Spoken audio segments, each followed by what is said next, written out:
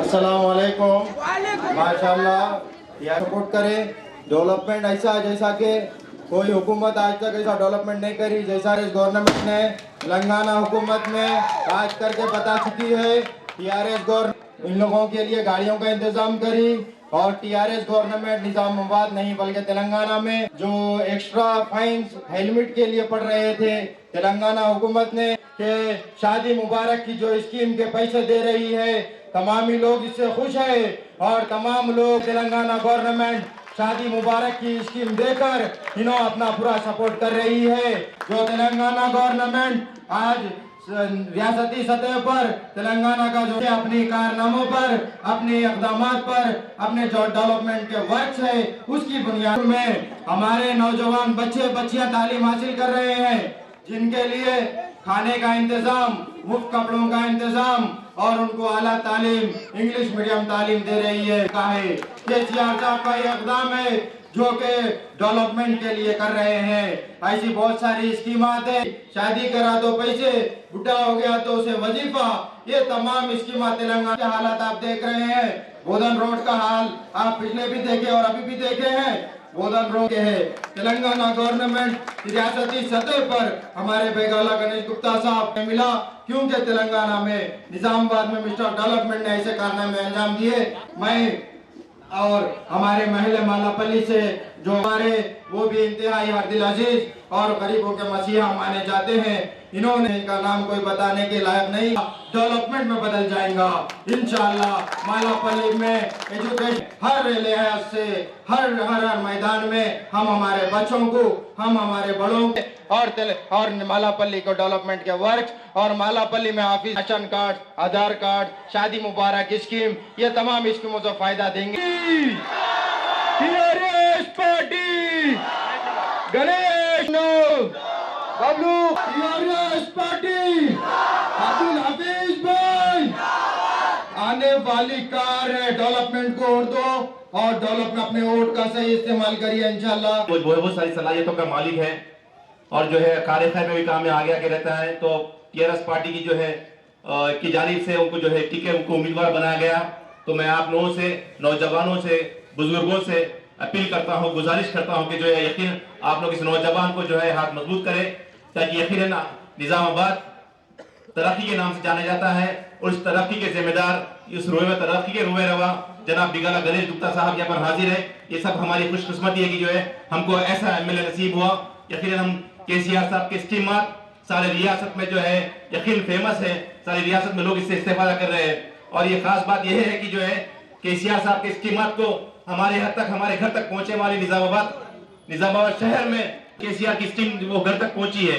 तो यकीनन तरक्की के नाम पे हम वोट मांगने आए और ज्यादा स्कीमों से आपको इस्तेफादा करिए हमारे हरदिल अजीज एमएलए साहब। और मैं आप लोग से फिर एक बार अपील करता हूँ कि जो है ऐसे नौजवान कायद को मौका दिया गया टीआरएस पार्टी से, जो यकीन नौजवानों में हरदिल अजीज रखता है, अपनी एक शनाख्त रखता है, अपना मुकाम रखता है और अपनी शख्सियत जो है फेर शख्सियत का हामिल है। तो मैं आप लोग से अपील करता हूँ कि जो है आप अपना वोट तरक्की के नाम पे वोट दीजिए, आप अपना वोट क्या के निशान को वोट दीजिए, आप अपना वोट गणेश गुप्ता साहब को दीजिए, आप अपना कीमती वोट केसीआर साहब को दीजिए, ताकि आने वाले हम दिनों में जो जिसका उम्मीदवार उसका एमएलए और जिसका एमएलए उसकी हुकूमत है। तो मैं आप लोगों से फिर एक बार अपील करता हूँ कि जो है यकीनन एक नौजवान कायद जो हमेशा हर काम में आगे रहता है, आप लोग जो है गुजारिश कीजिए, उससे अपील कीजिए करता हूँ कि जो इसको अपना भारी अक्सर से जो वोट डालकर उसको भारी अक्सर से कामयाब करिए। जय तेलंगाना, तेलंगाना जिंदाबाद, केसीआर जिंदाबाद, गणेश भाई जिंदाबाद। गणेश गुप्ता साहब और उनके साथ रेडको चेयरमैन इससे अलीम साहब और मौलाना करीमुद्दीन कमाल साहब, मेरे छोटे भाई बबलू खान बाजू के डिवीजन के उम्मीदवार और बारी भाई और डाइस पर तमाम अस्सलाम वालेकुम व रहमतुल्लाहि व बरकातुहू। आज के इस इलेक्शन का आज की इस पब्लिक में इंतखाबात है, उसके लिए आज की ये मीटिंग रखी गई है। भाई सबसे पहले तो मैं एमएलए साहब के इस तजुर्बे को सलाम करता हूं, जिन्होंने मुझे सबसे पहले बुला के बोला कि मालापल्ली की पूरी सर्वे रिपोर्ट मैं मंगा चुका हूं। वहां की आवाम को बहुत ज्यादा तकलीफ उठाई हुई आवाम है। मेरे भाई 5 साल तारीकी और खौफजदा जीने से अच्छा है कि एक बार इस नौजवान को, जिसका क्राइम रिकॉर्ड 0 है, बिल्कुल 0, कभी कोई पुलिस स्टेशन की सीढ़ी नहीं चढ़ा सो बंदा है और खिदमत करना उसका मकसद है। मेरी गुजारिश है, सामने वाले आपको बोल रहे बाजू के डिवीजन से लाए, ये गुमराही फैलाई जा रही है, जबकि मुस्तफा मस्जिद के पास बिल्कुल अब्दुल हफीज का घर है, आप ही के डिवीजन का नौजवान है, इसको एक बार मौका दीजिए। ये व्हाइट कॉलर आदमी है और हमारा अगर कारपोरेटर रहेगा तो हमारे एमएलए साहब भी जो मिस्टर डेवलपमेंट है, यहाँ पे निजामाबाद का नक्शा तो बदल ही चुके हैं अल्लाह के करम से। अगर आप लोग एक बार हफीज को मौका देंगे तो आने वाले 5 साल में मालापल्ली का नक्शा भी एकदम चमकता हुआ नजर आएगा। मेरी आप लोगों से अदबन गुजारिश है कि कोई सामने वाले अगर आपको गुमराह कर रहे तो गुमराही के राह पे मत जाइए और एक बार इस उम्मीदवार को मौका दीजिए, अब्दुल हफीज को, जो बिल्कुल बेबाक 5 साल आपका खादिम बन के खिदमत करने तैयार है। बस मुझे जो मौका दिया गया है, जो यहाँ का उम्मीदवार बनाया है, मैं सिर्फ और सिर्फ एजुकेशन के बेस पे और डेवलपमेंट के बेस पे और वजीफों के बेस पे, हर चीज़ के बेस पे टीआरएस ज्वाइन किया हूँ। मेरा मकसद सिर्फ और सिर्फ आवाम की खिदमत करना है, ना कि कुछ जो है सो पैसे कमाना है। ये खिदमत मैं 10 साल से ऑलरेडी सारे लोगों को करते हुए आ रहा हूँ। उसमें मेरा ज़्यादा जो है सो मामला जो है सो नहीं हुआ। आज मैं जो है सो टीआरएस पार्टी ज्वाइन करके इंशाअल्लाह मैं आपको जो है सो यहाँ का जो है सो बिल्कुल 5 साल तक आपका खादिम बन के खिदमत करूँगा इंशाअल्लाह।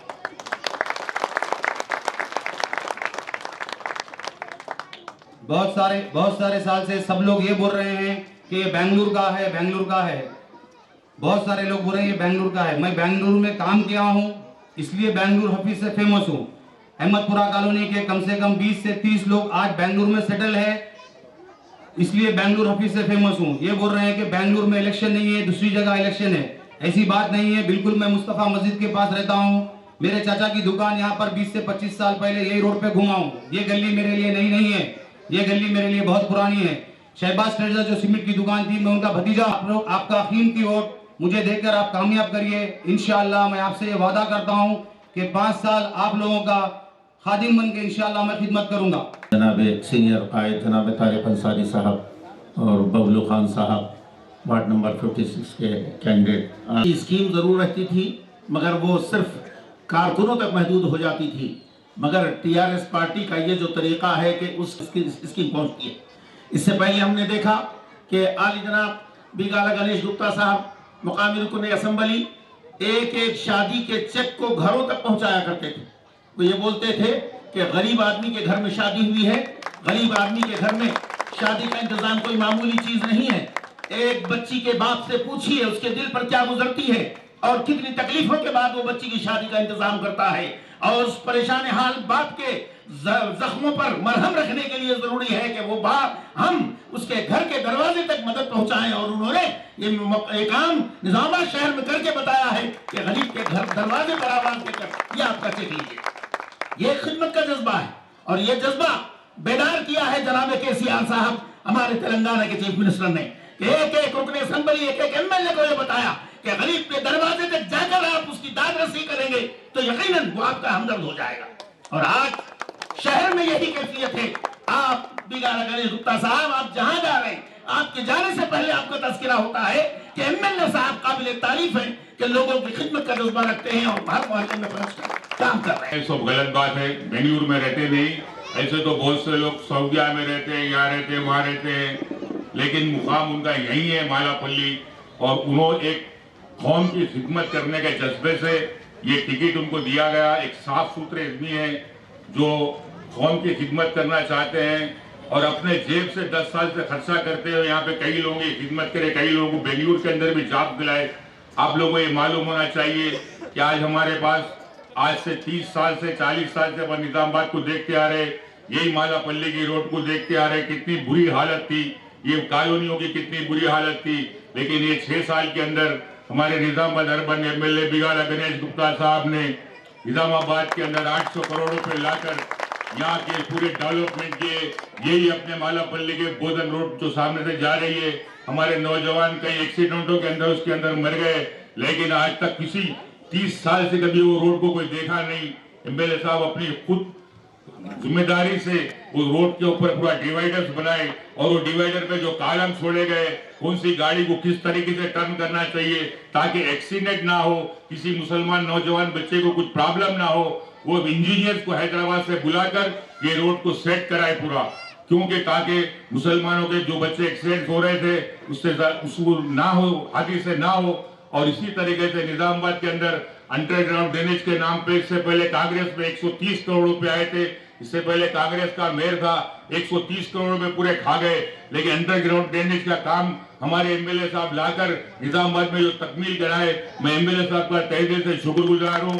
और इसी तरीके से निजामाबाद के अंदर इन 6 सालों के अंदर 15 से 20 मकसूद आलम साहब और तारिक अंसारी जनरल सेक्रेटरी और सीनियर लीडर हमारे भारी भाई और हमारे जफर खान और सीनियर लीडर मुजाहिद बब्बू, नौजवान हमारे हाफिज भाई और 56 नंबर से जो लड़ रहे बबलू खान, अगर किसी का नाम बोल गए तो माफ करना है।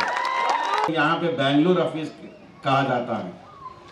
अगर बेंगलुरु ऑफिस बुलाओ, मद्रास ऑफिस बुलाओ, बॉम्बे ऑफिस बुलाओ, क्या फर्क पड़ता। मुझे भी कई लोग बोलते थे अमेरिका गणेश है, ऑस्ट्रेलिया गणेश है, लेकिन आप लोगों के प्यार की वजह से मुझे माइनॉरिटी में ये नाम मिला कि मिस्टर डेवलपमेंट। आप लोगों को शुक्रिया अदा करना चाहता हूं कि मेरे भाई, आप लोगों को ये जानना जरूरी है ये आदमी कहां से आया, ये नहीं, आदमी काम कर सकता नहीं, ये जानना जरूरी है।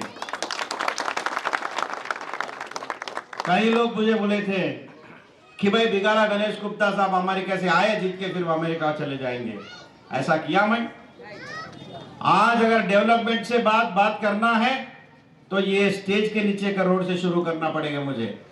ये रोड हमने बनाया है, ये पीछे पीले स्कूल के रोड हमने बनाया है, महेश्वरी पाइपलाइन के रोड हमने बनाया, बाजू में सीएम रोड हमने बनाया, और उसके बाजू में बाबा साहब बहाड़ी का रोड हमने बनाया, और साथ में आपके अहमदपुरा काली रोड हम बनाया।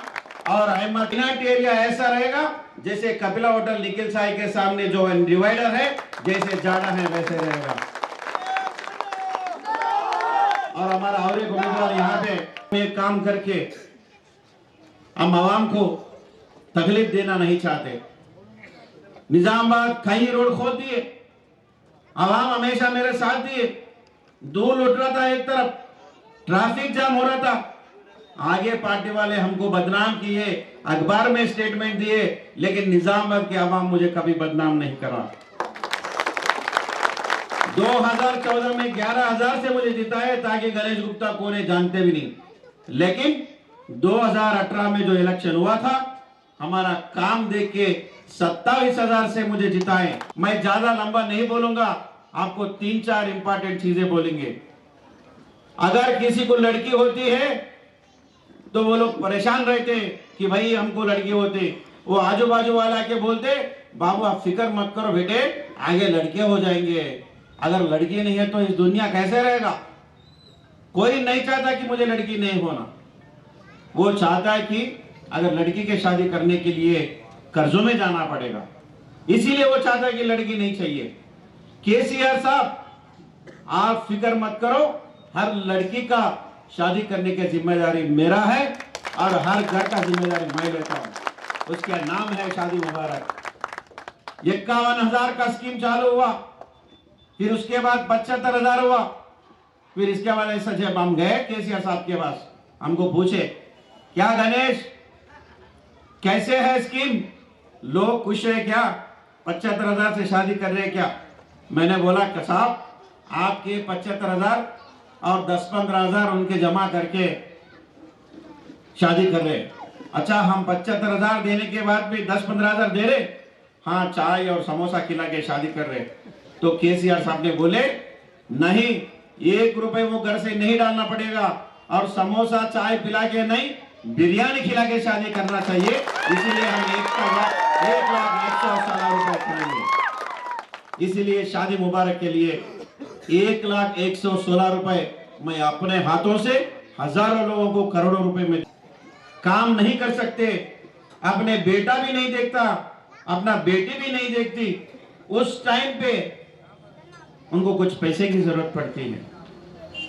जो वजीफा है, पहले 1,000 रुपए वजीफा मिल रहे थे, लेकिन आज 2,016 रुपए वजीफा मिल रहा है। अगर बेवा है तो वजीफा मिलेगा 2,000। अगर कोई घर वाले छोड़ के चले गए उनको भी वजीफा मिलता है। तो आज आवाम खुश है कि भाई कोई स्टेट में नहीं है हमारा स्टेट। जितने भी गरीब लोग हैं, हर एक गरीब सोचता है कि भाई हमारे जिंदगी ऐसा छोटे मोटे काम करके चले गए, लेकिन हमारे बच्चों का जिंदगी ऐसा नहीं होना चाहिए। इनको अच्छे पढ़ाएंगे, हम दिन रात मेहनत करेंगे, इनको लेके एक प्राइवेट स्कूल को जाते, वहां पे फीस सुन के हैरान हो जाते। हमारे बच्चे भी ऐसे ही जी लेंगे, उनको किस्मत में छोड़ देंगे। लेकिन केसीआर साहब ने बच्चों को आपके किस्मत को छोड़ने नहीं दिया, उनका जिम्मेदारी भी केसीआर साहब ने लिया। और केसीआर साहब ने कहा सिर्फ आपका बच्चों को आप टिमरी स्कूल में ज्वाइन करो, और उसके सिर्फ पढ़ाई नहीं, पढ़ाई के साथ किताबें, कपड़े, जूते और रहने का और खाने का। जब आप माँ बाप 20-25 हजार के खर्च नहीं उठा सकते, 1,20,000 रुपए इस गवर्नमेंट ने बच्चों के ऊपर खर्च कर रहे हैं। मैं अपने हाथों से 12 स्कूल निजामाबाद में मैं इनॉग्रेशन कर चुका हूं।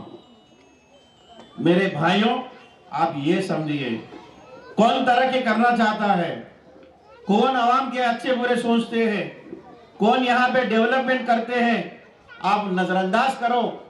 चाहे अगर हफीज बेंगलुरु का है, अगर बॉम्बे का है, मैं तो बोलता हूँ ये बहुत अच्छी बात है। जैसे हमारा मौलाना साहब ने कहा, अगर ये बेंगलुरु में काम किया होता और बहुत दूर सोचेगा कि हमारे निजामाबाद शहर भी बेंगलुरु के जैसे होना चाहिए।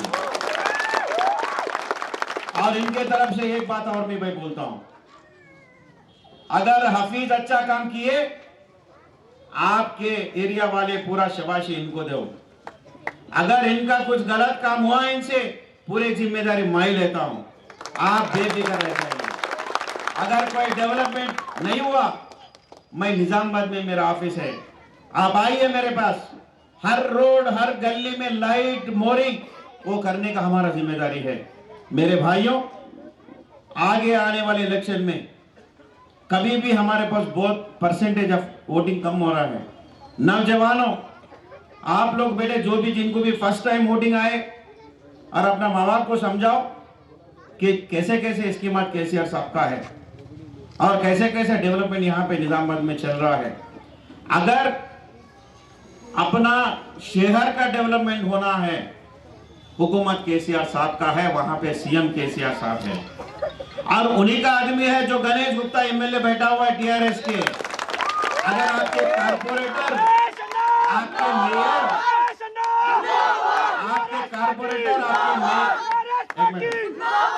आपके कारपोरेटर जो आदमी यहाँ पे बैठा हुआ है, जो फंड ला सकते हैं, उन्हीं का आदमी है, तो आपके इलाका का डेवलपमेंट आसान होगा।